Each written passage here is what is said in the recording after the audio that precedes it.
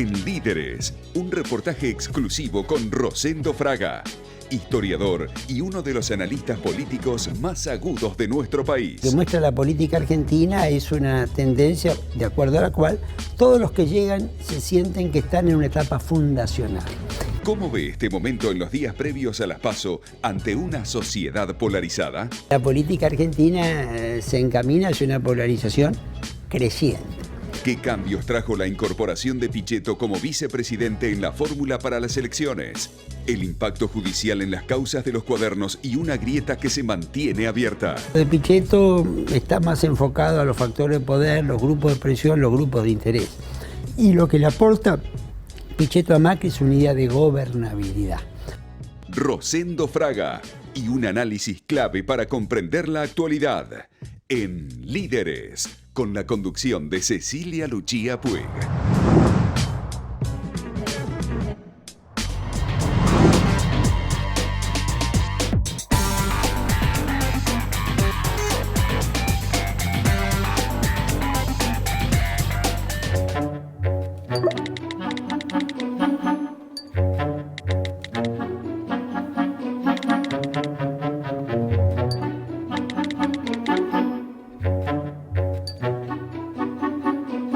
Cuidar el medio ambiente y contribuir a resolver los problemas de las comunidades en las que operamos son los pilares de nuestra política de responsabilidad social empresaria. Cresud, nuestro valor es la tierra.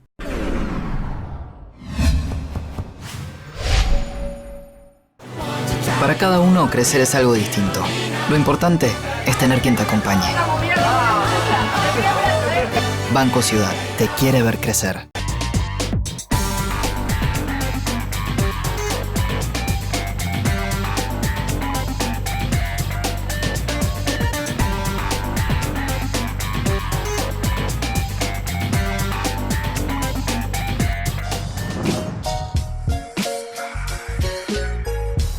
¿Cuál es la lectura que haces de este momento? Mira, yo no voy a decirte nada original. Yo creo que hay una palabra que lo dice todo, que es polarización. Que no es una palabra argentina, es una palabra que se utiliza en el análisis político en todo el mundo. La polarización es cuando las opciones de la política se sientan sobre los extremos, se asientan sobre los extremos, que es lo que está pasando en la Argentina en este momento, entre macrismo y kirchnerismo, como dos fuerzas profundamente antagónicas que representan modelos de país diferentes. Esto hace que el votante se sienta frente a una opción, ¿no es cierto?, muy diferente, muy enfrentada, ¿no es cierto?, muy confrontativa.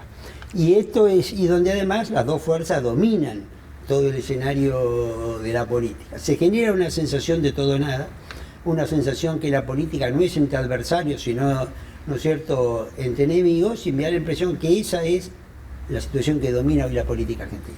Ahora, esta situación que vos planteás, ¿no?, de propuestas absolutamente polarizadas, ¿no tienen una relación con las crisis recurrentes que vivimos con la Argentina? Porque los países desarrollados se van y se encuentran en opciones que están en una línea central, en todo caso centro-derecha o un centro-izquierda, no planteos que son antagónicos y que de alguna manera, cada vez que uno accede al poder, tira por tierra lo que hizo el anterior. Bueno, yo te diría que la política de los países desarrollados era así. No sé si hoy sigue siendo tan así. Fenómenos como el de Trump o el de Salvini en Italia, algunos otros que podría mencionar, demuestran de que la política también en países desarrollados se polariza. Por eso decía, la polarización no es, se monta sobre los extremos. Hoy los Estados Unidos no es una opción entre republicanos moderados y demócratas moderados. Más bien se van afianzando los sectores más, ¿no es cierto?, más extremo. Creo que de cualquier manera lo que muestra la política argentina es una tendencia de acuerdo a la cual todos los que llegan se sienten que están en una etapa fundacional, que ellos están fundando el país, que están haciendo, bueno, esa idea del rol fundacional de un gobierno es la que yo creo que es negativa, porque eso te impide reconocer nada de lo que se ha hecho hasta ese momento y te lleva a pensar que todo tiene que ser replanteado cambiado nuevamente, con lo cual es muy difícil avanzar. Te rompe las continuidades y no es lo ideal. ¿Qué cambio trajo al macrismo la llegada de Pichetto? A ver, yo creo que lo de Pichetto está más enfocado a los factores de poder, los grupos de presión, los grupos de interés. Y lo que le aporta Pichetto a Macri es una idea de gobernabilidad. Una idea de que si gana las elecciones va a tener instrumentos, herramientas de la política para armar coaliciones, unas coaliciones de gobernabilidad que le van a resultar fundamentales. No va a tener mayoría en el Senado Macri, aún ganando, y difícilmente la tengan diputados aún ganando. Acá tiene alguna chance mayor, pero no es fácil que lo logre. Entonces, tener a alguien como Pichetto como vicepresidente, Macri da la idea, la imagen, ¿no es cierto?, de que va a tener gobernabilidad, que es un interrogante importante en un gobierno de minoría en el Congreso. Ahora, también la llegada de Pichetto a la fórmula de Macri, que fue bastante sorpresiva, dejó a varios muy enojados, ¿no?, dentro de su propio partido. Bueno, yo diría que eso es medio inevitable, pero a mí me parece que, a ver, lo que hemos visto respecto a Pichetto cada vez que se reunió con la dirigencia del PRO, han sido más muestras de adhesión y simpatía que de rechazo. Y no digo solamente los del PRO que son de origen peronista, incluso los que no son de origen peronista. Y hemos visto a un presidente como Macri, que en el desfile militar del 9 de julio lo puso a Pichetto como si fuera el vicepresidente en ejercicio, no el candidato, a su lado, ¿no es cierto? No sé si está también, adelantar roles institucionales que no se tienen, pero como señal política fue clarísima. ¿Qué pasa con el rol que la expresidente Fernández le dio a Alberto Fernández en la fórmula para que encabece la presidencia? Bueno, esto quizás me lleva, o me hace volver al punto inicial que hablábamos. Hace un mes atrás había quienes decían, la grieta se terminó. Cristina nombró un moderado como candidato a presidente y Macri nombró un moderado como candidato a vicepresidente. Estos giros hacia la moderación han terminado con la grieta. Un mes después sabemos que no ha sido así y que la política argentina se encamina hacia una polarización creciente. Y esto me parece porque lo que se ha hecho evidente es que, ¿no es cierto?, no es que se diga, como dicen algunos, que yo no comparto, que Fernández va a ser un títere de Cristina, pero sí que el poder real lo tiene Cristina. Cuando se produjo el cierre de listas el 22 de junio, mostró que el poder real lo tiene ella. Y entonces lo que yo diría es que a medida que ha comenzado la campaña electoral, lo que hemos visto, ni Pichetto ni Fernández han logrado, me parece, moderar esta polarización que domina la política. ¿Qué impacto tiene todas las causas judiciales que tiene Cristina Fernández en este momento? Bueno, tiene mucho impacto en este sentido. Yo recuerdo hace un poco más de un mes el New York Times publicaba una nota sobre la política argentina y decía, ¿cómo puede ser que alguien que tiene 12 causas por corrupción en la justicia federal y 5 pedidos de prisión preventiva pueda ganar una elección en la Argentina? El mismo día, El País de España publicaba una nota que decía, ¿cómo puede ser reelecto un presidente como Macri con el fracaso económico que tiene? Y acá donde una cuestión justifica... Bueno, pero son dos casos muy diferentes. En una puede haber un error de impericia, pero no tiene causas penales que comprometen su... El diario El País de España decía, ¿cómo puede ser reelecto un presidente que tiene el fracaso económico como el de Macri? Y el otro decía, ahora, sin el fracaso... ¿Crees que es comparable un fracaso económico con causas penales de corrupción en donde te ya... lo están diciendo diarios del mundo occidental. Es decir, en este sentido, si no fuera por el fracaso económico de Macri, Cristina no tendría ninguna chance de ser presidente. Claro. Si no fuera por las causas de corrupción de Cristina, Macri no tendría ninguna chance de ser presidente. Es decir, yo no es que esté poniendo las dos situaciones en términos éticos igualadas, sí la estoy poniendo en términos político-electorales. Entonces, es decir, Macri puede ser reelecto, aunque tiene un fracaso económico muy fuerte, porque Cristina tiene esas causas de corrupción. Ahí es donde vos estás viendo que las causas de corrupción influyen. Sin esa causa de corrupción, ¿viste? Es decir, Macri no tendría chance, paradójicamente, con el nivel de pobreza, desempleo, recesiones, etc. Pero a su vez juega también a la inversa. Sin el fracaso económico, Cristina no tendría chance. pasó con esta propuesta de centro moderada que empezó liderando Labaña, acompañado a la fórmula con Urtubey, y que arrancó con mayor expectativa y hoy parece haberse diluido? Voy a ser un poco insistente, fueron víctimas de la polarización. Es decir, a medida que el proceso electoral fue avanzando, las dos fuerzas principales coincidieron en un interés. Ni al kirchnerismo ni al macrismo le convenía que el tercer espacio se armara. Y además el tercer espacio cometió errores también. Y todo hizo que a medida que se acercara a la elección, la polarización le fue restando posibilidad a este espacio. Esto para mí no ha sido bueno porque nos ha llevado a una política muy polarizada. Digamos, una fuerza en el medio que pudiera jugar un papel de amortiguador, de moderador del conflicto, me da la impresión que hubiera sido mejor, pero esto ya pasó. Ahora estamos en un escenario donde, sí, en política nadie sabe y a lo mejor si la economía se complicara, Labaña recuperaría un protagonismo que perdió. Pero esto lo veremos. Hoy lo que tenemos es una política muy polarizada y si no aparece algún factor que altere, un imponderable, a eso vamos. Mencionabas el impacto que puede tener la situación económica, que en general es decisoria a la hora del votante, ¿no? En estos últimos semanas el dólar se ha mantenido más tranquilo, la inflación por de pronto no continúa aumentando.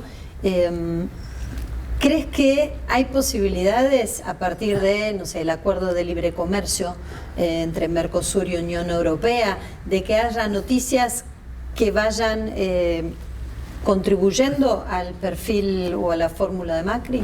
A ver, yo creo que el gobierno tiene en claro que para ganar la elección lo que pesa es el dólar estable, no el acuerdo con Unión Europea, que por ahora es un anuncio y que los próximos meses va a seguir siendo un anuncio.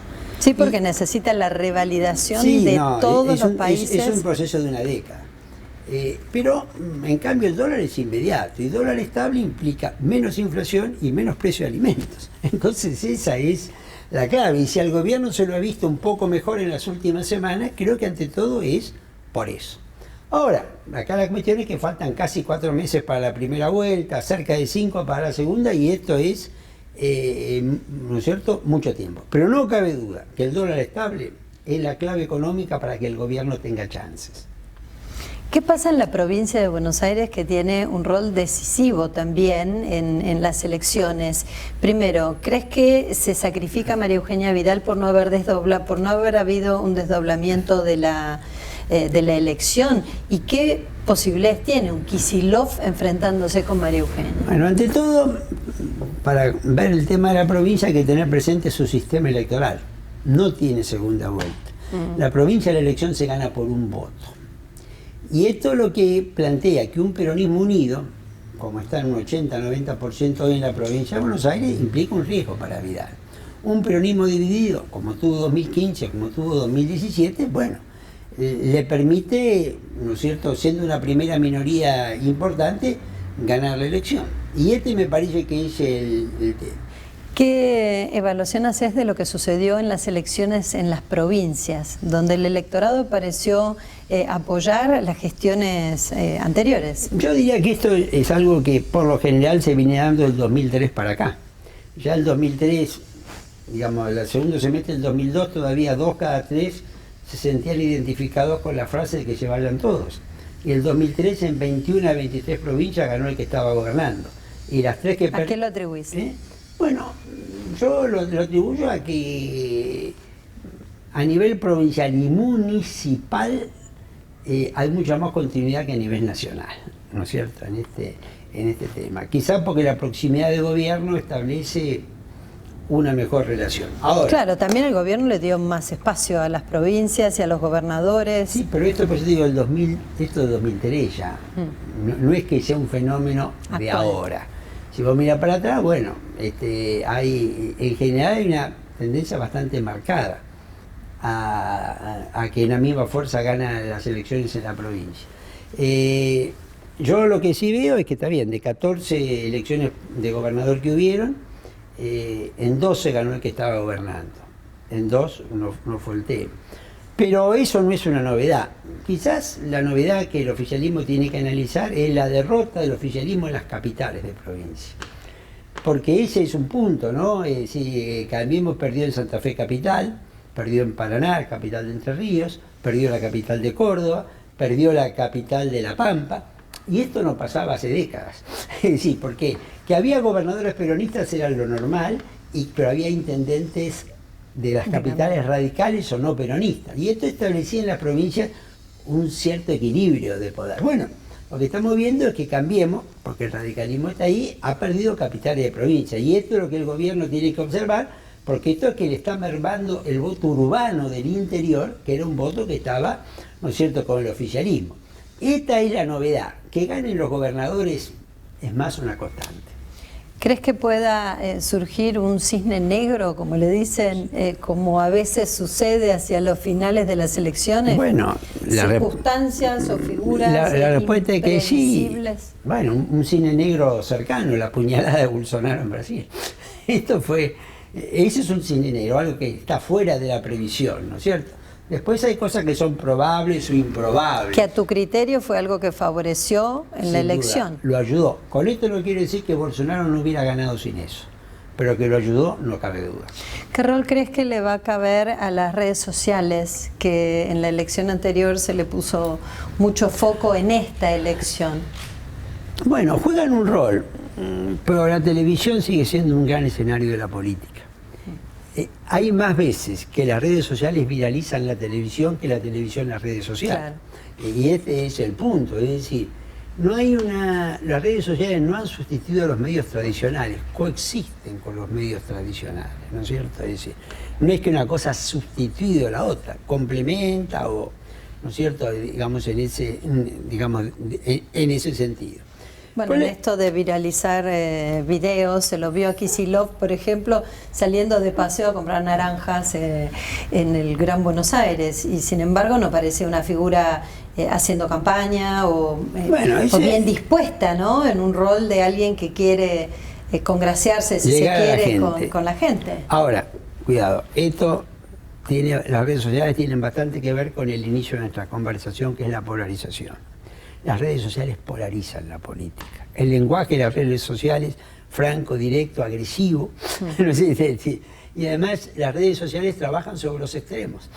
Bueno, el riesgo de lo que sucedió con la ministra Bullrich, por ejemplo, donde se viralizó este video en el que se le ralentizaba su expresión y se la veía más despeinada, es un claro ejemplo de que también se pueden usar las redes sociales y para esto. Eso es más que picardía, ¿no? Pero que las redes sociales en todo el mundo,